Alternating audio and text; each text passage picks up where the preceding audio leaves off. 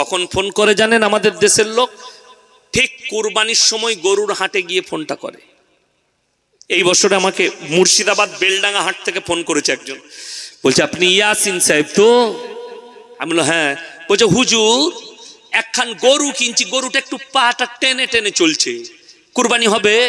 আমি বললাম তুই কিনেলে ও যেমন পা টেনে টেনে চলছে, তুই পা টেনে টেনে জান্নাতে ঢুকবি। কি বলবো বলুন তাকে? আমি বলবো হাটেতে আর গরু নেই ওই পা টানাটা ছাড়া, ভালো গরু হচ্ছে, তার মানে কমে হচ্ছে। এই তো কুরবানি। আপনাকে বাস্তব কথা বলে দিই, আমাদের দেশে এখন যে কুরবানি হচ্ছে, আমার মনে হয় 100টার মধ্যে 98% কুরবানি আল্লাহর বারগাহে কবুল হয় না। কেন বলে দিই, এখন তো কুরবানি মাংস খাওয়ার জন্য, তাই না? কালকে কুরবানি, আজকে গরু কিনে নিয়ে আসছি, তাহলে তোমার মহাব্বত কি এলো? হযরতে ইব্রাহিম আলাইহিসসালাতু ওয়াস সালামকে আল্লাহ বললেন তুমি তোমার মহাব্বতের জিনিসকে কুরবানি দাও। এখনকার যুবকরা দুদিন নামাজ পড়ে, দুটো হাদিস পড়ে, বলছে আমরা জান্নাতে যাবো। বে তুই জান্নাতে, তুই নামাজটা কেমন পড়েছিস সেটা দেখ। এখন তো আমাদের মতো মৌলবীরা লুঙ্গি পরে নামাজ পড়লে, পাঞ্জাবি পরে নামাজ পড়লে, আমাদের বাপ দাদারা কি পরে নামাজ পড়তো? পাঞ্জাবি পরে, ঠিক কি না? পড়তো না? পাঞ্জাবি, লুঙ্গি, পাইজামা, লম্বা জামা, গোল জামা পরে নামাজ পড়তো ইজ্জতের সঙ্গে। আর এখনকার নতুন নতুন ফতোয়া বেরিয়েছে, অনেক ছেলে দেখছি জিন্সের প্যান্ট পরে নামাজ পড়ছে। বলছে কোন হুজুর বললে নামাজ হবে না? কে বললে নামাজ হবে না? নামাজ হবে, কিন্তু তোর পেছনে যে থাকবে তারটা গোলমাল হবে। ও যখন সিজদায় যাচ্ছে, পেছনে চাচা আছে, ও সিজদায় যাওয়া মাত্র পেছনে চাচা আলী বাবার গুফা দেখতে পেলে, তো ওর নামাজটা গেল। তো তোর নামাজটা কি হলো তুই নিজে ভাব।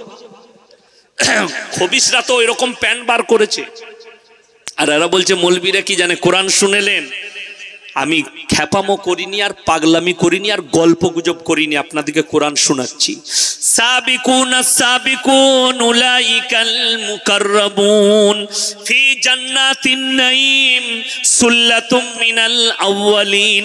তোমাদের মধ্যে থেকে অল্প সংখ্যক আর তোমাদের পূর্ববর্তীদের মধ্যে থেকে বেশি সংখ্যক লোক জান্নাতে প্রবেশ করবে।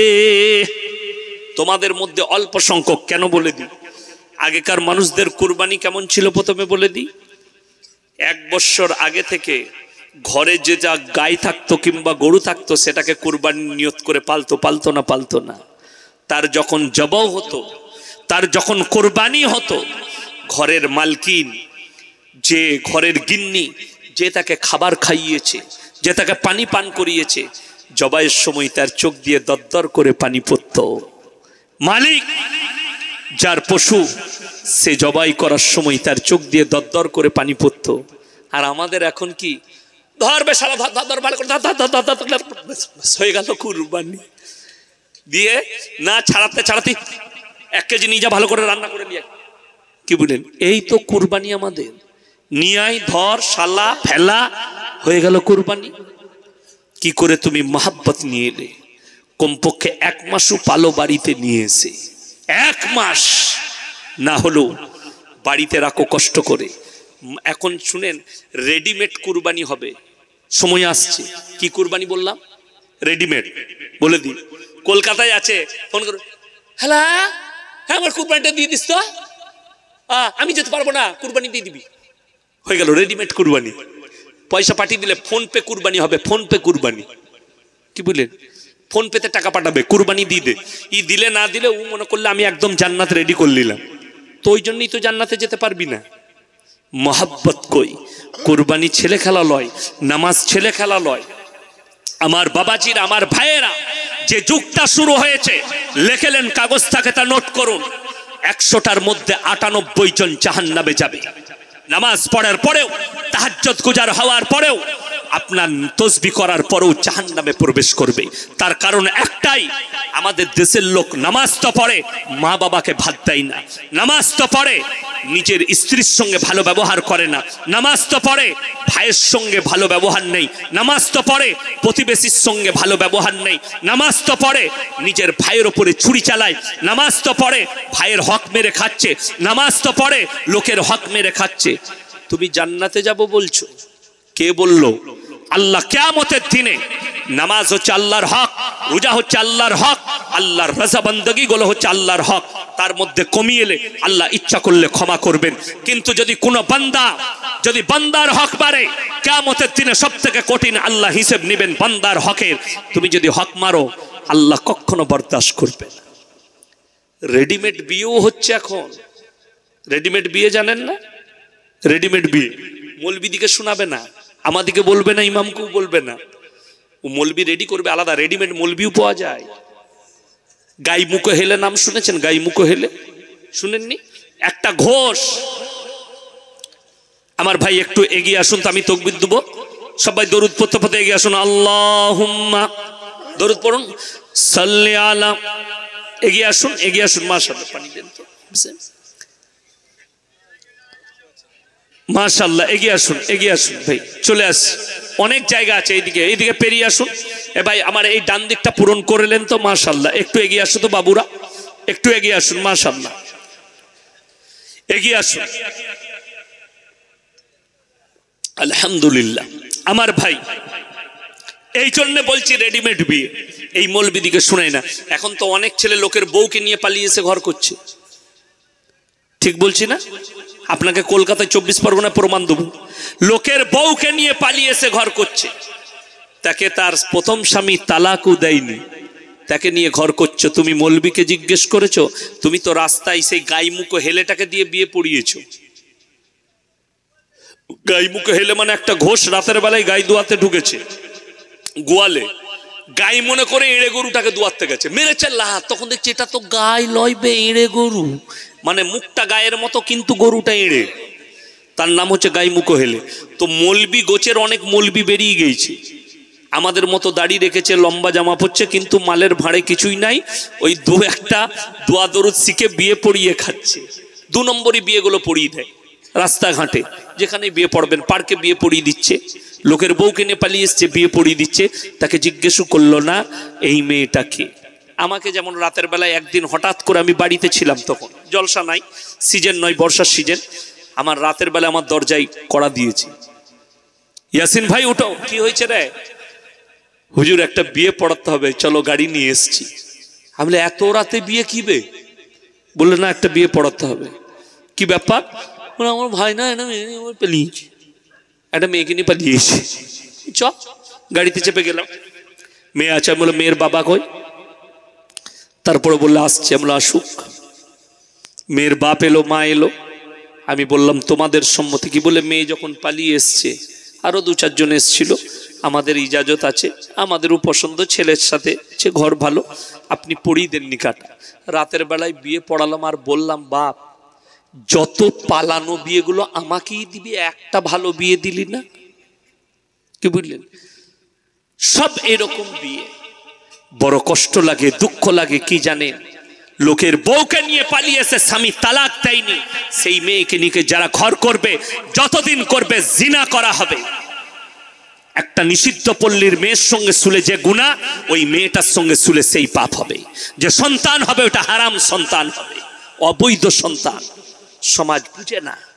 সমাজ মনে করে এই মৌলবীদের কাছে লুকিয়ে, আবে আল্লাহর কাছে কি করে লুকাবি ওটা ভেবেছিস? মরণের পরে আল্লাহর কাছে কি জবাব দিবি ওই কথাটা ভেবেছিস? তো কবরে যাওয়ার পরে তোর কি হবে ভেবেছিস? যে তোর একটা ইবাদত আল্লাহর বারগাহে কবুল হবে না, তো চিরজীবনের জন্য জাহান্নামের উত্তর অধিকারী হয়ে যাবি। একবারও ভেবেছিস? আমরা ভাবি না। আল্লাহ আমাদেরকে হেফাজত করুক, জোরে বলুন আল্লাহুম্মা আমিন। ওই জন্যে আমার ভাই রেডিমেড বিয়ে আরো শুনেলেন। কালকে আমি ছিলাম মালদা ডিস্ট্রিক্টে, বাখরপুর বলে একটা গ্রামে। প্রচুর শ্রোতা, কয়েক হাজার শ্রোতা। সেখানে স্টেজে বিবাহ হলো, গণবিবাহ। আমি ছিলাম, আমি স্টেজে গিয়ে বসলাম, বিয়ে চলছে। উকিল বলছে 80,000 টাকা দেলমোহরের পরিবর্তে লগদ 200 টাকা তোমার সহিত বিয়ে দিলাম। আমি সেখানে কি বললাম জানেন? জলসা শুরু করে যে 200 টাকায় বউ পাওয়া গেলে আমার পকেটে 1000 টাকা আছে, আমি মিনিমাম 4টা যখন জায়েজ আছে আমি 4টা বিয়ে করব 200 করে, 4 দুগুণে 800 টাকা লাগবে। আর 200 টাকা গাড়ি ভাড়া। বুঝতে পেরেছেন না পারেননি? 4টা বিয়ে করবো আমি, 200 টাকায় বউ পাওয়া যাচ্ছে তো। কত দুর্ভাগ্যজনক কথা, কত দুর্নীতিমূলক কথা। 80,000 টাকা দেলমোহর, 200 টাকা লগত।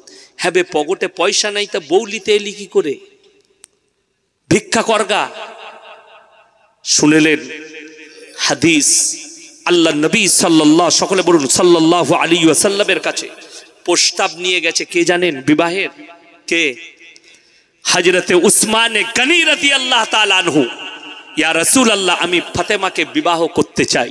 নবীজি উত্তর দিলেন, হে উসমানে গনি, তুমি ফাতেমার থেকেও ভালো বিবি পাবে, ফাতেমা তোমার থেকেও ভালো স্বামী পাবে। জোরে বলুন সুবহানাল্লাহ। নবীজি উত্তর দিলেন। আর হযরতে আলী রাদিয়াল্লাহু তাআলা আনহুকে ডেকে বললেন, আলী, তোমার সঙ্গে ফাতেমার বিবাহ দেয়া হবে, যাও তুমি দেলমোহর নিয়ে এসো। হযরতে আলীর কাছে 1 টাকাও ছিল না দেলমোহরের। কি করলেন? দেলমোহরের জন্য নিজের যুদ্ধের জামাটা নিয়ে বাজারে গেলেন বিক্রি করতে। জোরে বলুন সুবহানাল্লাহ। বিক্রি করতে এসছে। হযরতে উসমানে গনি রাদিয়াল্লাহু তাআলা আনহু দেখে বুঝতে পারলেন, ও হো, মনে হচ্ছে জানো আলীর কাছে দেলমোহরের পয়সা নাই। ও ভাই আলী, কাবার কি ব্যাপার? তুমি জামাটা বিক্রি করবে? জি। আমাকে দাও। কিনলেন। কত দাম? 10 দিরহাম। কিনে নিলেন, পয়সা মিটিয়ে দিলেন। হযরতে উসমানে গনিকে আল্লাহ রাদিয়াল্লাহু তাআলা আনহুকে আল্লাহ মাল দিয়েছিলেন। জোরে বলুন সুবহানাল্লাহ। কিন্তু দিলও দিয়েছিলেন, মারাত্মক দিল। উসমানে গনির কাছে বিক্রি করার পরে যখন কয়েক কদম চলে গেছেন, তখন এলা হাঁক দিলেন, হে আলী, এখানে এসো ভাই। ফিরে এলেন। কি ব্যাপার? বলে, তুমি তোমার জামা বিক্রি করেছো? করে দিয়েছি ভাই। টাকা পেয়েছো? জি। বললে, আমি এই জামাটা তোমাকে উপহার দিলাম, হাদিয়া করলাম। চলে বলুন সুবহানাল্লাহ। হযরতে আলী বললেন, হে উসমানে গনি, তুমি আমাকে হাদিয়া করলে। উসমানে গনি বললেন চোখের পানি ফেলিয়ে, আল্লাহর কসম, আমি ভাগ্যবান, আমার এই টাকাটা আল্লাহর হাবিব সাল্লাল্লাহু আলাইহি সাল্লামের মেয়ের বিয়েতে দেলমোহর হিসাবে কাজে লাগবে, এটাতেই আমি সৌভাগ্যবান। জোরে বলুন সুবহানাল্লাহ। আমার ভাই দেলমোহর নিয়ে গেলেন, তারপরে বিয়ে দিলেন। আর 200 টাকায় বউ পাওয়া যাচ্ছে। ইসলামে এতটা নিচে নেমে গেল, ইসলাম এতটা ছোট হয়ে গেল। এই যুগে লেখে নেন, আর যুবকরা শুনে যাও, যারা বাবা আছেন মা আছেন শুনে যান, মিনিমাম 5,500 টাকা দেলমোহর লাগবে। যদি মালদার হন, কোটিপতি হন, 1 লাখ টাকা করবেন না, 5,500 করুন, লগত মিটিয়ে দেন, লগত দেন। আমাদের মতো হুজুর, আমরা বিয়ে করতে গেছি, আমার বিয়ের দেলমোহর শুনবেন 5,500 টাকা নগদ। আমি দেলমোহর মিটিয়েছি। আজকের দিন পর্যন্ত আমার 2টো মেয়ে আজ পর্যন্ত আমার স্ত্রীকে ভুলেও কোনোদিন জিজ্ঞেস করিনি, তুমি দেলমোহরের টাকা কি করেছিলে, কি করেছো, জিজ্ঞেস করিনি। আমার মা বাবাও জিজ্ঞেস করেনি, কোনো বউটাকেই জিজ্ঞেস করেনি। আমার আব্বার 4টা বৌমা, 4 জনকে কেউ জিজ্ঞেস করেনি যে তোমাদেরকে দেলমোহর দেওয়া হয়েছিল, লগত টাকাটা কি করেছো। আমাদের দেশে এখন নতুন ডিজাইন উঠেছে বিয়ের, দেলমোহরের ভেতরে সোনা দেয়, দেয় না? কানের রিং, হাতের বালা। আপনাদের এখানে কি আছে জানেন? আমাদের বর্তমানে দিচ্ছে, বিভিন্ন জায়গায় সোনা দিচ্ছে। বিয়ের পরে শাশুড়ি জিজ্ঞেস করছে, ওই দেলমোহরের সোনাটা কই গো? সেই শাশুড়িকে যে ফেরেশতারা কি কেলানি কেলাবে তা আল্লাহ ছাড়া কেউ জানে না। দেলমোহর এমন একটা জিনিস, মহারানা এমন একটা জিনিস, সেটা স্ত্রীর হক সে দান করে দিতে পারে, সে স্বামীকে দিয়ে দিতে পারে, সে মা বাবার পেছনে খরচ করতে পারে, সে নিজের পেছনে খরচ করতে পারে। এটা সম্পর্কে জিজ্ঞেস করার অধিকার না স্বামীর আছে না তার শ্বশুর শাশুড়ির আছে। ওই টাকাটা, মহারানাটা তার হক। আমাদের দেশের এই পাপগুলো হচ্ছে, আর আপনি বলছেন ইসলাম, ইসলামকে বিকৃত করে দিয়েছেন আপনারা। কেন? এই উলামা থেকে বিচ্ছিন্ন হয়ে। আর বেঈমান কাফেরদের মেহনত হচ্ছে এই সমাজকে আলেম থেকে বিচ্ছিন্ন করে দাও, হুজুরদের কাছ থেকে বিচ্ছিন্ন করে দাও, মৌলবীদের কাছ থেকে বিচ্ছিন্ন করো, যাতে এরা বিচ্ছিন্ন হওয়ার পরে এদের ইমানকে ধ্বংস করা যেন সহজ হয়ে যায়। আপনার ইমান তো সহজে ধ্বংস হচ্ছে। আপনি নতুন নতুন জিনিস আবিষ্কার করে ফেলছেন, মানুষ পাপ করছে হাদিস মনে করে। আজকে জানেন অনেকজন সুদ খায়, আমাদের মতো মৌলবীকে বাজারে দেখলে কি বলে জানেন? মৌলবীরা আসছে, সুদ বলি না ইনটেক্স বল, ইংরেজি ভাষা বল, ওরা বুঝতে পারবে না। আমরা স্কুলে যাইনি ভেবে আল্লাহ বুঝতে পারবে কিনা সেটা ভাব, আমাদেরকে বুঝিয়ে লাভ নেই। আমাদের দেশের ছেলেরা এমনি নামাজ পড়ে না, বিয়ে করতে এসছে, গ্রামে গাড়ি ঢুকেছে, বলছে মসজিদটা কোথা গো, কি করবি বে? বললে নামাজ পড়বো। লোকরা বললে কি পরেশগার জামাইবে, 2 রাকাত নামাজ পড়লো মসজিদে ঢুকে, বিয়ের প্যান্ডেলে চলে গেল, পাড়ায় আউট হয়ে গেল। দারুণ পরেশগার নামাজ, 2 রাকাত নফল নামাজ পড়লো, এত দিনদার। তারপরে যখন জোহরের নামাজ হচ্ছে, ইহারামখোর গাছতলায় সিগারেট টানছে, বলে হবে আর নামাজ পড়বি না? না, 2 রাকাত পড়লাম তো, আবার কি আর হয়ে গেছে, যা। আপনি বলুন ওই নফলটা নিয়ে কি করবেন? ঠিক না? বাস্তব কথা বলে যাচ্ছি। আমাদের দেশে আপনি দেখতে পাবেন শবে বারাত কার জন্যে? যারা 365 দিন 5 ওয়াক্তের নামাজ পড়ে তার জন্যে শবে বারাত, তার জন্যে শবে কদর। 24 পরগনা, হাওড়া, হুগলি, মেদিনীপুর, বর্ধমান, নদিয়া, শবে বরাতের রাত্রিতে নতুন কিছু মাল আবিষ্কার হয়, সাদা পাঞ্জাবি, সাদা জামা, সাদা টুপি, আতর লাগিয়ে 1 ফিলাস চা করে নিয়ে মসজিদে চলে এসছে। হুজুর মনে মনে ভাবছে আল্লাহ কারগিলের যুদ্ধর মালগুলো এলো কোথা থেকে, জীবনে তো মসজিদ আসে না। বলে হুজুর আজকে ফাটিয়ে দেবো, সারা রাত নামাজ পড়বো। তারপরের দিন ফজর পড়েছে, জোহর থেকে আউট অফ সার্ভিস, মালগুলো নাই। আপনারা বলুন এরা আমার আল্লাহর কাছে জায়গা পাবে? না। তোরা হচ্ছে শবে বরাতের নামাজি। শবে বরাতের নামাজটা ফরজ না নফল? কথা বলে না? নফল। পড়লে দারুণ নেকি আছে, কেউ যদি না পড়ে পাপ আছে। একজন বলুন গুনাহ আছে? কথা বলুন গুনাহ আছে? নাই। পড়লে নেকি, রোজা রাখলে দারুণ নেকি। কিন্তু কেউ যদি শরীরের জন্য কোনো কারণে না রাখতে পারে, কোনো গুনাহ নাই। কেউ যদি জীবনে ফরজ রোজা একটা নিজে থেকে ছেড়ে দেয়, সারা জিন্দেগি, হাদিসে আছে জিন্দেগি ভর রোজা রাখলে একটা রোজার মাসুল দিতে পারবে। নিজে থেকে মন থেকে যদি ইচ্ছা করে ছাড়ে, অসুখ বিসুখ আলাদা, মন থেকে ছাড়লে। ফরজ নামাজ নাই, ফরজ রোজা নাই, নফল নিয়ে মারামারি করছিস কেন? নফল নিয়ে তারা মারামারি করবে যারা ফরজে তাগিদ রেখেছে, যারা 5 ওয়াক্তের নামাজি, যারা 365 দিন নামাজ পড়ে। আমাদের দেশের লোক তো 27 রাত্রিতে মসজিদে ভিড় করে রমজান মাসে। আপনাদের এখানে কি হয়? 27 হয়? পানিটা কোথায় আছে দেন তো? 27 রাত্রিতে ভিড়। আমাদের বর্ধমানের সীতাভোগ মিহিদানা বিখ্যাত মিষ্টি, নাম শুনেছেন? হ্যাঁ। তো আমাদের অনেক মসজিদে জানেন 5 কেজি 10 কেজি করে মিহিদানা সীতাভোগ কিনে নিয়ে চলে আসে 27 রাত্রিতে। বললে কি হলো? বলে আজকে জান্নাতে যাব। একদিনও নামাজ পড়ে নাই তারাবি, কি বললেন? পুরো রমজান মাসটা নামাজ পড়ে নাই, বলে 27 রাত্রে নামাজ পড়বো। কে বললো? আমি আপনাদেরকে চ্যালেঞ্জ দিয়ে গেলাম, পৃথিবীর কোনো মৌলবি, কোনো মুফতি, কোনো হুজুর যদি প্রমাণ করিয়ে দেয় 27 রাত্রিটা শবে কদরের রাত্রি, সেই মৌলবি মুফতির জুতোর মালা পরে শওকতের বেটা পশ্চিম বাংলায় বয়ান করবে ইনশাআল্লাহ। চ্যালেঞ্জ ছুড়লাম। আমি আবার আসছি 24 পরগনায়, জামালপুরের পাশে একটা জলসা আছে, আপনারা জুতোর মালা নিয়ে যাবেন আর সেই মৌলবি আর মুফতিকে আমার কাছে নিয়ে যাবেন, যে 27 রাত্রিটাই শবে কদরের রাত্রি, এটা প্রমাণ করিয়ে দিবে। বিসমিল্লাহ। যদি এটা সত্য হয় সেই দিনই আমি এলান করব 27 রাত্রি যদি শবে কদর হয়, মসজিদগুলোয় ইমাম রাখার দরকার নাই, খালি একদিন ইমাম রাখবি। কবে? 27 রাত্রিতে ইমাম। একদিনে 500 টাকা দেবো। কেন? আমার আল্লাহ রাব্বুল আলামিন কোরআনে বললেন, ইন্না আনজালনাহু ফি লাইলাতুল কদর ওয়া মা আদরাকা মা লাইলাতুল কদর লাইলাতুল কদরি খায়রুম মিন আলফি শাহর। হে আমার বিশ্ব নবী, আমি এমন একটি রমজান মাসে নয়, এই পুরো বৎসরের মধ্যে কোন কোন মুহাদ্দিসিন বলেছেন, কেউ কেউ বলেছেন রমজান মাসের মধ্যে, কেউ কেউ বলেছেন বিজর রাত্রির মধ্যে। আমার আল্লাহ রাব্বুল আলামিন বললেন, এমন একটি রাত্রি দান করেছি যে রাত্রি ইবাদত করলে 1000 মাস অপেক্ষা বেশি নেকি পাবে। জোরে বলুন সুবহানাল্লাহ। এক বছরে কটা মাস? কথা বলেন না, 12টা মাস। আর আপনি এক রাত্রিতে 1000 মাসের বেশি নেকি পাবেন। আল্লাহ সুযোগ দিয়েছেন, ওই রাত্রিটা যদি 27-এর হয় তো মাতালু জান্নাতে যাবে। বুঝতে পারেননি?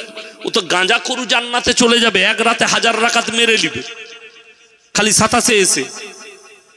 ওই জন্য ধোকাবাজি প্রতারণায় শোনাবে নাই। শুনেলেন এরপরে ওয়ামা কারু ওয়ামা করাল্লাহু ওয়াল্লাহু খায়রুল মাকিরিন। যারা মাক্কারি চালবাজি করবে, 27-এ ভিড় করবি, 25-এ মাল পেরিয়ে যাবে। কারা পাবে? যারা প্রত্যেক দিন রমজান মাসে তাহাজ্জুদের নামাজ আদায় করে, যারা 365 দিন নামাজ পড়ে, যারা রমজান মাসে 30 দিন তাহাজ্জুদ গুজার হয়, তারাই একমাত্র সবে কদর পাবে। 27-এর রাত্রিতে এক রাত নামাজ পড়ে কখনো সবে কদর পাওয়া যাবে না। এক রাত্রিতে নামাজ পড়ে সবে কদর কি করে পাবে? আমার ভাই, আপনাদের এখানে অমুসলিম ভাইরা দেওয়ালির সময় বোম ফাটায় না? ফাটায় না? ফাটে না? আচ্ছা, বোম ফাটানোটা খারাপ না ভালো? এই জোরে কথা বলুন। খারাপ। ইসলামে বোম ফাটানো আছে? নাই। আমি আপনাকে পশ্চিমবঙ্গে, আপনাদের 24 পরগনায় নয়, আমার বর্তমানে এমনও গ্রাম দেখিয়ে দেবো শবে বরাতে বোম ফাটায়। ঠিক বলছি না ভুল বলছি? যদি আপনাদের 24 পরগনা না থাকে আলহামদুলিল্লাহ, আমার বর্তমানে আছে। বোম ফাটায় শবে বরাতে। জিজ্ঞেস করুন, তারা কিন্তু হুজুরকে মানে না, মৌলবিদিকে মানে না, তারা ইমামকে জিজ্ঞেস করে না।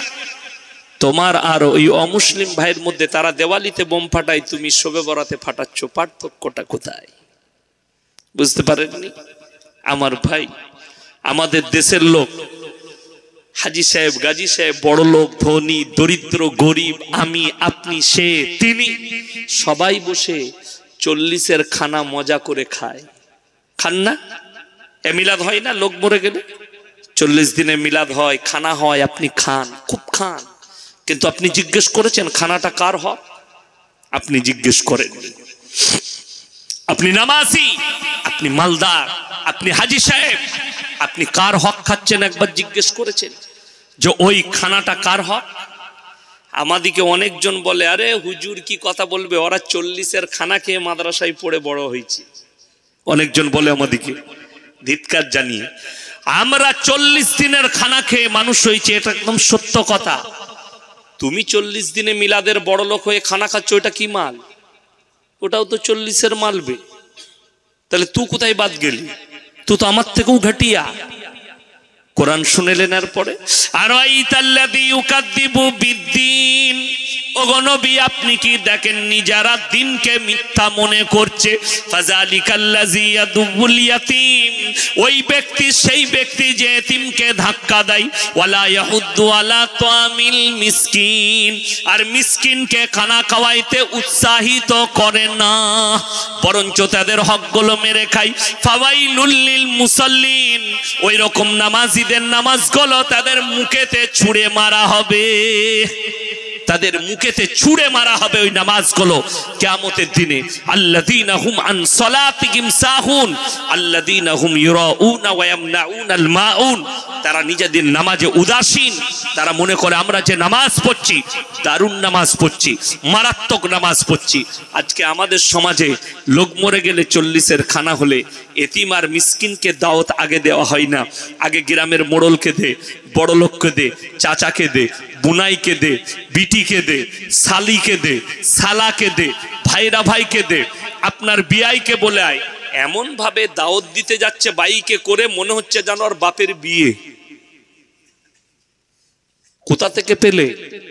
দাওয়াত দিয়া সর্বপ্রথম খুঁজবে। আপনি বলবেন আপনার আব্বার জন্য দুয়ার মজলিস, বলে দিয়ে আসবেন, সময় হলে যাবেন। সর্বপ্রথম আপনি যাকে খুঁজবেন সেটা হচ্ছে গ্রামের এতিম আর মিসকিন কারা আছে, তাদেরকে গিয়ে বললেন, বাবা আমার আব্বার দুয়ার মজলিস আছে, আমার আব্বার জন্য মিলাদ আছে, একটু গিয়ে তোরা সবাই গিয়ে আমার বাড়িতে খানা খেয়ে আসবি। সেই এতইম আর মিসকিনরা যারা জীবনে ভালো মন্দ খাই না, তুমি বড় লোক, তোমার আব্বার জন্য তুমি খানা করেছো, সেই খানাটা সেই গরিব যখন খাবে তাকে দোয়া করতে হবে না হাত তুলে, সে যখনই আলহামদুলিল্লাহ বলবে অনেক দিন পরে মাংস খেলাম, সেই এই মুখের ভাষাটাই তোমার আব্বার জন্য নাজাতের জরিয়া হয়ে যাবে। বলুন সুবহানাল্লাহ। কিন্তু আমরা খুঁজি না গরিবকে, আমরা খুঁজি না ইয়েতিমকে, আমরা খুঁজি না মিসকিনকে। আমার ভাই, কোরআনে আছে কিয়ামতের দিনে, শুনে নেন খুব ভালো করে, সবাই 5 ওয়াক্তের নামাজ পড়বো, জোরে বলুন ইনশাআল্লাহ। ইয়েতিমের হক কেউ মেরে খাবো না, জোরে বলুন ইনশাআল্লাহ। আমার আল্লাহ রাব্বুল আলামিন কোরআনে বললেন, হে নবী, যখন জান্নাতীরা জান্নাতে প্রবেশ করবে আর জাহান্নামীরা জাহান্নামে যাবে, জান্নাতীরা দাঁড়িয়ে যাবে আর জাহান্নামী দিকে দাঁড় করাবে, কি বলে জানেন? ফি জান্নাতি ইয়াতাসাআলুনা আনিল মুজরিমিনা মা সালাকাকুম ফিস সাকার। হে জাহান্নামী ভাইরা, দাঁড়িয়ে যাও, তোমরা কেন জাহান্নামে গেলে? তোমরা বলতে আমরা গ্রামের ভালো লোক, তোমরা বলতে ভদ্রলোক, তোমরা আজকে কেন জাহান্নামে যাচ্ছ? তারা 1 নম্বর উত্তর দেবে, ক্বালু লাম নাকু মিনাল মুসাল্লিন, আমরা মুসল্লিদের মধ্যে ছিলাম না, ওয়ালাম নাকু নুতিমুল মিসকিন, আর আমরা মিসকিনকে খানা খাওয়াইতাম না, তাই আল্লাহ আমাদিকে জাহান্নামে পাঠিয়েছে। ওয়া কুন্না নাখুদু মাল খাইদিন, এটা খুব ভাইটাল। আর তারা বলবে, আমরা দাড়ি টুপি নামাজি মুসল্লিদিকে দেখে হাসি ঠাট্টা বিদ্রুপ করত আর তাদের সায়ে সাই দিতাম, তাই আল্লাহ আমাদিকে জাহান্নামে পাঠিয়েছে। ওয়া কুন্না নুকাজ্জিবু বিয়াউমিদ্দিন, আর আমরা বিচারের দিবসকে মিথ্যা বলে মনে করিতাম, তাই আল্লাহ আমাদিকে জাহান্নামে পাঠিয়েছে। কিয়ামতের দিনে এটা জাহান্নামীদের উত্তর হবে যে আমরা অস্বীকার করতাম, আমরা নামাজীদের মধ্যে ছিলাম না, আর আমরা এতিম আর মিসকিনকে খানা খাওয়াইনি, তাই আল্লাহ আমাদেরকে জাহান্নামে পাঠিয়েছে। আল্লাহ আপনাকে মাল দিলে সেই মালটা আপনাকে এতিমের পেছনে, মিসকিনের পেছনে আপনাকে খরচ করতে হবে, আপনার গরিবের পেছনে খরচ করতে হবে। আমার ভাই, আজ থেকে সবাই নিয়ত করুন, আমরা সবাই মুমিন হব, জোরে বলুন ইনশাআল্লাহ। মুমিন হবেন তখন আপনার দ্বারা যেন আপনার প্রতিবেশী ক্ষতিগ্রস্ত না হয়। একটা কথা মাথায় রাখবেন, প্রত্যেকটা মুসলমান ভাইকে বলে যাচ্ছি, মনে মনে রাখবেন, আমি কারো উপকার করতে পারি আর না পারি, কারোর কিন্তু কোনোদিন ক্ষতি করতে যাবেন না। যে খাল কাটে নিজের জন্য খাল কাটে, কিন্তু আমাদের উন্নতি নাই কেন জানুন? আমাদের কোনো মুসলমান ভাই যদি পয়সা করে, টাকা হয় ব্যবসা করে, অন্য মুসলমান ভাই তার লেগে দোয়া করেন, আল্লাহ ওর মঙ্গল দাও, ওর ব্যবসায় আরো বরকত দাও, ইসলামের লাভ হবে। অন্য মুসলমান কিভাবে সালা কি করে ধ্বংস হয় বল দেখিনি, ওর ব্যবসাটা কবে নষ্ট হয় বলতো? ঠিক বলছি না ভুল বলছি বাবা? দোয়া করেন না। আপনার আমার ছেলের মঙ্গল হবে তখন। শুনেলেন, ভাইয়ের ছেলের জন্য আপনাকে দোয়া করতে হবে, আল্লাহ আমার ভাইয়ের ছেলের মঙ্গল করো, আল্লাহ তুমি আমার ভাইয়ের ছেলের মঙ্গল করো, আল্লাহ তোমার মঙ্গল করবে। মায়েরা যদি শুনে নেন, মায়েদিকে অনুরোধ করছি, তোমরা দোয়া করবে, আল্লাহ আমার জায়ের ছেলের মঙ্গল করো, আল্লাহ তোমার ছেলের মঙ্গল করবে। আল্লাহ জায়ের ছেলের বুদ্ধি দাও, আল্লাহ তোমার ছেলের বুদ্ধি দেবে। যদি লোকের জন্য দোয়া করেন, সেই দোয়াটা আল্লাহ ঘুরিয়ে দেয় তোমার উপরে। আর যারা লোকের উপরে হিংসা করে, লোকের বিপদ চায়, আল্লাহ তার উপরই ওইটা বাড়তে দেয়। আমার ভাই, কোরআনে আল্লাহ তাআলা সাবধান বাণী দিলেন। নবীজি সাল্লাল্লাহু আলাইহি সাল্লামের কাছে কিছু এমন মানুষ এসে বসতো যারা মুনাফিক ছিল, যারা কথার উলট পালট করত। নবীজি এক কথা বলতো বেঈমান কাফেরকে, আর এক কথা বলতো, পেছনে একরকম ছিল, সামনে একরকম। আমার আল্লাহ কোরআনে বললেন, ওয়াইলুল লিকুল্লি হুমাযাতিল লুমাযা الذي جمع مالا وعدده يحسب أن ماله أخلده كلا لينبذن في الحطمة وما أدراك ما الحطمة نار الله الموقدة التي تطلع على الأفئدة إنها عليهم موصدة في عمد ممددة। হে আমার নবী বলো, ওয়াইলুল লিকুল্লি হুমাযাতিল লুমাযা, তোমাদের মধ্যে কিছু এমন মানুষ আছে, সামনে একরকম পেছনে একরকম। বাজারে দেখা হয়েছে, আসসালামু আলাইকুম ভাই, ভালো আছেন? বুকে জড়িয়ে, আল্লাহ তোমার সঙ্গে কতদিন দেখা হয়নি, যেমনি আপনি চলে গেলেন বলছে শালা এখনো মরেনি বেঁচে আছে। এ মাল আছে না নাই আমাদের দেশে?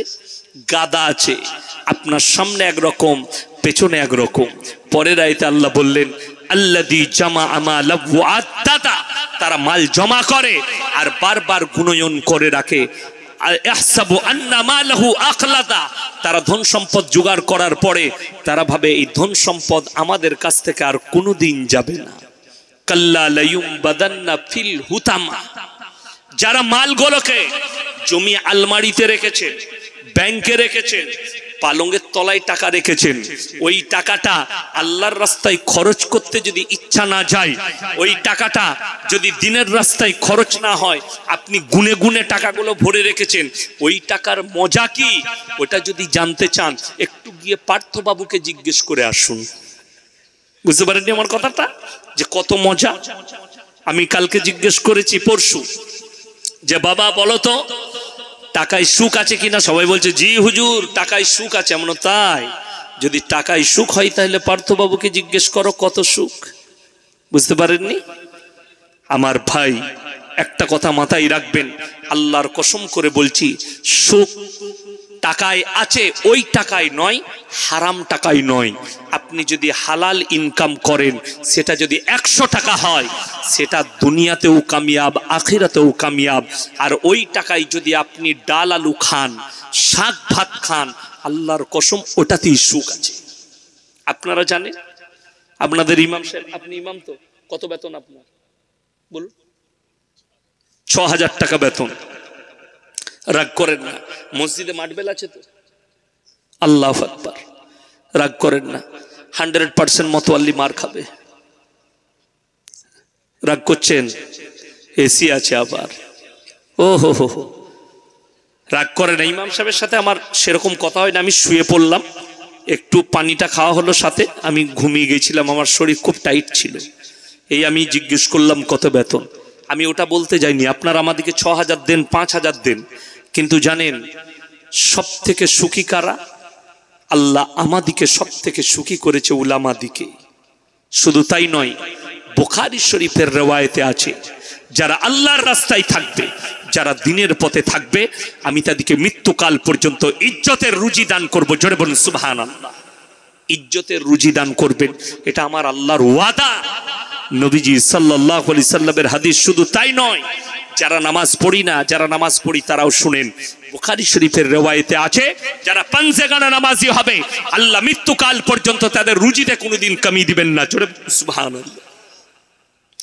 আমার ভাই, একটা মাস্টার বেতন পায় 70,000, 80,000, 90,000। কলকাতায় গিয়ে জিজ্ঞেস করুন, তাদের বউরা রোজ বলছে গলায় দড়ি দেবো নাহলে বিষ খাবো, আর দিনে 3 বার 8 কুড়োর বেটা বলে গাল দেয়। আর আমাদের বউরা বলছে বাপের ঘর যাব না।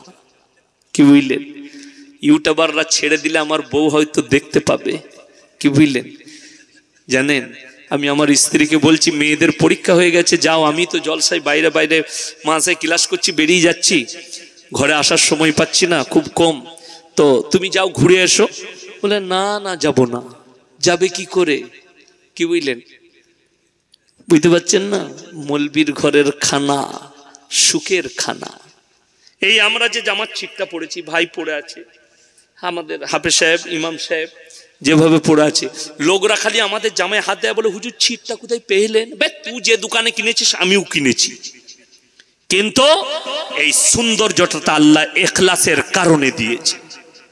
আপনি চলুন, আমি 5 বছর আগে বর্ধমান থেকে যাচ্ছিলাম একবার মালদা। কালকে আমি মালদা ডিস্ট্রিক্টে ছিলাম, ট্রেনে গিয়েছিলাম।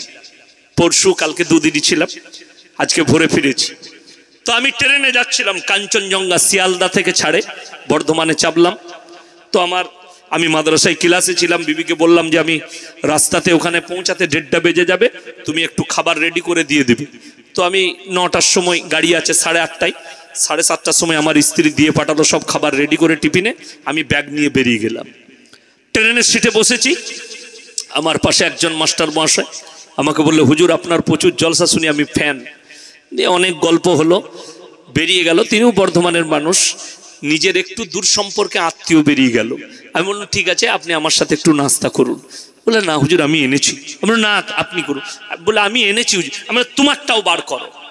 সে আর বার করবে না, আমি আর ছাড়বো না। কি বুঝলেন? সে মোটেই বার করবে না, আর আমি একদম ছাড়বো না, ছাড়ার বান্দা আমি লয়। কি বুঝলেন? কেন বার করছে না শুনেলেন? আমার টিফিনটা খুলেছি, টিফিনের ভেতরে আমার বিবি দিয়েছে কি জানেন? কিমা, পরোটা, কাবাব, শাম্মি কাবাব, ডিমের আমলেট, কি বুঝলেন, আর কালাকান্দ মিষ্টি। সে আর টিফিন খুলছে না মোটেই। আমরা তোমারটা বার করতেই হবে। সে ঝামেলা দেখলে হুজুর ছাড়বে না, কোন রকম বার করলে তার টিফিনের ভেতরে 2 চিড়ি শসার মুড়ি। আমরা তোমার 70, আমার 8000 বেতন মাদ্রাসায়। বলে হুজুর এরকম কেন? আমি বললাম আল্লাহর নবী সাল্লাল্লাহু আলাইহি সাল্লামের হাদিস, যারা আল্লাহর রাস্তায় আর দ্বীনের পথে থাকবে আল্লাহ তাদেরকে মৃত্যুকাল পর্যন্ত ইজ্জতের রুজি দান করবে। জোরে বলুন সুবহানাল্লাহ। আমাদেরকে আপনারা বেতন দেন না, ঠিক আছে, কিন্তু আমি বলে যাচ্ছি আমাদের দেশের লোক 1500 ইমাম পেলে 2000 যাবে না। কি বলছেন আপনারা? এক্ষুনি যদি আমি বলি যে কাল থেকে তোমাদের মসজিদে আমি ইমামতি করবো 1500 টাকায়, এক্ষুনি ইমাম সাহেব বলে তুমি ঘর চলে যাও। ঠিক বলছি না ভুল বলছি বলুন? একদম ইমানদারির কথা বলছি। কাল কি ছুটি দিয়ে দিবে, দিয়ে আমাকে 1500 রেখে নিবে। আর আমি বলে যাচ্ছি 1500 মৌলবীর পেছনে নামাজ হবে না। 15 দিনে 1500 টাকা আমার শেষ। 16 দিনের মাথায় আসরের নামাজের না হলে জোহরের নামাজের নিয়ত করে আল্লাহু আকবার খালি মনে মনে ভাববো 1500 টাকা শেষ হয়ে গেছে, শালা আজ রাতের বেলায় মাইকু বেচে দেবো, ব্যাটারিও বেচে দিয়ে পালিয়ে যাব। এটা কিন্তু 1500 টাকা মৌলবীর সূরা ফাতিহা। তা নাহলে তো ভাবতে হবে কি করে সংসার চালাবে। আপনারা বুঝতে পারেননি? আমি খুব দামি কথা বলছি, হাসির কথা লয়। এই হাসির পেছনে বহুত বড় লজিক আছে। একটা স্কুলের মাস্টার আপনার ছেলেকে দ্বীনি শিক্ষা দিবেন, কোরআন আপনার ছেলেকে স্কুলে পড়ান, অঙ্ক মাস্টার লাই 500, ইংরেজি মাস্টার লাই 300, ভূগোলের মাস্টার লাই 200, বাংলা মাস্টার লাই 300, মাসে 2000 টাকা খরচ। পৃথিবীর সব থেকে দামি কোরআনে কিতাবের উপদেশ দেয়, নসিহত করে একজন আলেম, তার বেতন নেই।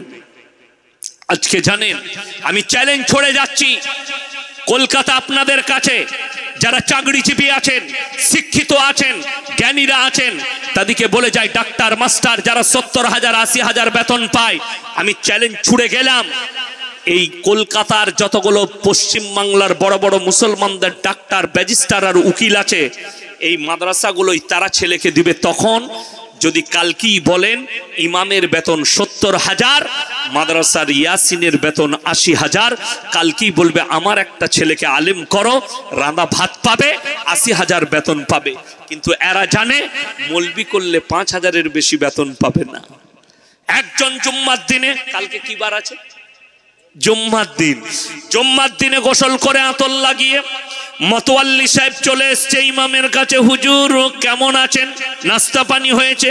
সব হয়েছে বাবা, সব করেছি, আমার ছেলের জন্য দোয়া করবেন, ছেলে গেছে কলকাতায় ইন্টারভিউ দিতে, যেন তার চাকরি লেগে যায়। জি হুজুর ঠিক আছে চলে যান।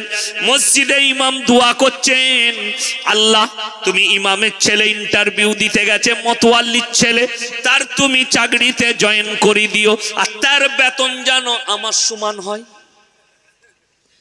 মতোয়াল্লি বললে কি দোয়া করলে বে? সেই ইমামকে আর রাখবে? কথা বলুন।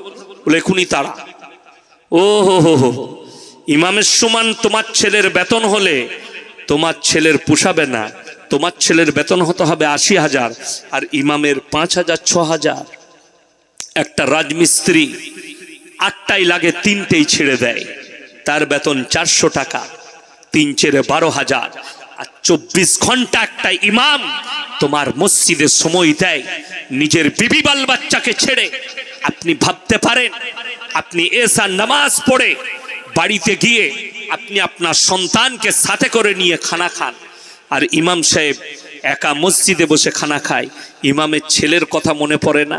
আমার বাড়িতে আমার লাল আছে, আমার বাড়িতে আমার সোনা আছে, তার মেয়ের কথা মনে পড়ে না যে পাশে বসে থাকলে জানটা ভরে যাবে? সেই বিবি বাল বাচ্চাকে ছেড়ে একা খানা খায়। যেদিনে ভালোটা খায় ফোন করে জিজ্ঞেস করে, হ্যাঁ গো আমার মেয়ে কি দিয়ে ভাত খেলো? বলে কিছুই তরকারি নাই, সেরকম কিছু, একটু ডাল ছিল ভালো করে খাইনি, খেতে চাইছে না। সেদিনে আর ইমামের মুখেতে ভাতটা পেরুবে? কি মনে হয়? ইমাম যদি মুরগি দিয়ে খায়, মনে মনে ভাবতো আমার সন্তান যদি আমার কাছে থাকতো, এই মুরগির টুকরো আমার মুখে যেত না, আমার সন্তানের মুখে যেত। ভেবে দেখুন, 24 ঘন্টা তাকে যারা মাসে 15,000 বেতন দিতে পারবে না, আমি বলে যাচ্ছি এই যুগে যতগুলো মসজিদে 3,000 আর 2,000, 2,500, 5,000, 6,000 বেতনে ইমাম রেখেছে, ইমামদের নামাজ হবে কিন্তু মুক্তাদিদের নামাজ হওয়া দুষ্কর হয়ে যাবে। আল্লাহর কাছে হিসেব দিতে দিতে মরে যাবে। মসজিদে এসি লাগাতে ভুলোনি, মসজিদে মাটবেল করতে ভুলোনি। কে বলল মাটবেল করতে? কোন হাদিসে লেখা আছে? কে বলল এসি লাগাতে? কোন হাদিসে লেখা আছে যে এসি লাগাতে হবে? কোথায় পেলেন? এসি লাগানোটা বুঝেছেন যেন আরাম করে নামাজ পড়তে পারি। আর আপনার এটা মনে হয়নি যে আপনি ভালো তরকারি দিয়ে ভাত খান, আর আপনার ইমামের সংসার কি করে চলবে? তার ছেলে মেয়ে ডাক্তার পানি আছে, তার সব কিছু আছে। ওই জন্য তো আমাদের মতো মৌলবীরাও আমাদের ছেলেকে কোথায় দিচ্ছি? স্কুলে কলেজে আমার ছেলেটাও ডাক্তার হোক, আমি আর ইমামতি করব না, আমার ছেলেকে যেন আমার মতো ইমামতি করে লাঞ্ছনা না পেতে হয়। শুধু তাই নয়, একটা ইমামের জীবনের কষ্ট বলে দিই। একটা মসজিদে ইমামতি করলে একটা মানুষের মতোয়াল্লির কথা শুনতে হয় না, গ্রামে 100টা মুসল্লি থাকলে 100 রকমের কথা শুনতে হয়, ঠিক কিনা?